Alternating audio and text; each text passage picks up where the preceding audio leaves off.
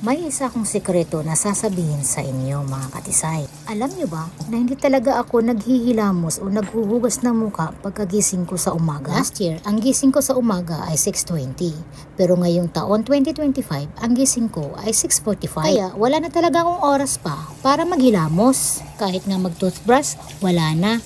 Kaya mumog na lang. Nagbago ang gising ko dahil nagbago rin ang pick-up time ng school bus ng alaga ko. Dati kasi, ang pick-up time is 7:45. Ngayon, ang pick-up time is 8 o'clock. Bago ko nga ihatid ang alaga ko, ay dumadaan pa ako sa salamin para i-check ang mukha ko. Alam nyo ba, wala namang pakialam ang mga Chinese kung nakahilamos ka o nakatoothbrush ka paglabas mo. Tayong mga Pinoy lang naman may ugaling ganyan. Dahil nakita nyo na naghihilamos na ako, ibig sabihin lang yan, nakauwi na ako galing sa paghatid kay alaga ko. Alam nyo ba na excited na akong magamit ang ginawa kong face mask kahapon. Isang buwan din ako natigil mag-apply nito mula nang umuwi ako sa Pilipinas at nang bumalik ako dito. Ngayon ulit ako nakapag-apply. Alam nyo ba na sariling gawa ko lang ito? Ito ay gawa sa carrots at patatas. Nagsimula akong gumamit nito mula October hanggang November. Pagdating ng December ay nag-stop na ako dahil uuwi nga ako ng Pilipinas. Sa 2 buwan na paggamit ko nito or pag-apply ko nito ay masasabi kong may resulta naman. Dahil napansin nito ng kaibigan ng amo ko at tinanong ako kung anong ginagamit kong cosmetic.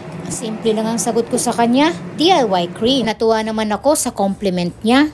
After i-apply ang cream, mag-antay lang tayo ng 20 minutes to 30 minutes bago natin ito banlawan para effective. At yun na nga, habang nagpapatuyo tayo ng cream sa ating mukha, naisipan kong mag-exercise para naman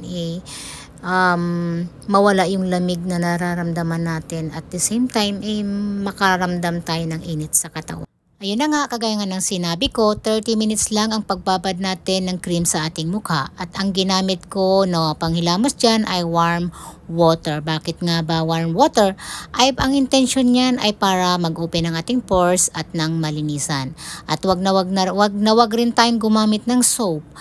Ang tanging gawin lang natin ay alisin lang ang cream na nandyan sa ating mukha.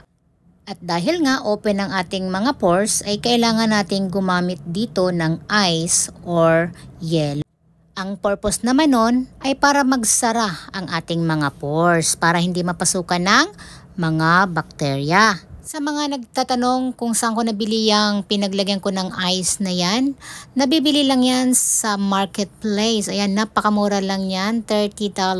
Ayan, wag nyo nang tipirin ang sarili ninyo mga katisay. At pagkatapos nga manigas ng aking mga mukha, ayan, mga mukha talaga. Isa lang naman ang mukha ko. Ayan, namumula na. Pagkatapos niyan, i-dry natin kung ano man yung gamit ninyong pampatuyo. Ang sa akin ay kitchen towel. Ayan, social, di ba? After ma-dry, mag-apply ng moisturizer sa ating mukha. Ang ginamit ko dyan ay ginawa ko combination ng Vaseline at coconut virgin oil.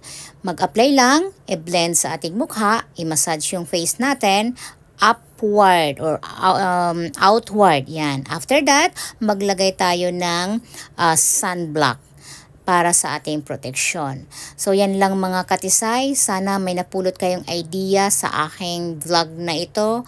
And thank you for watching. Hope you enjoy. And thank you. Bye-bye!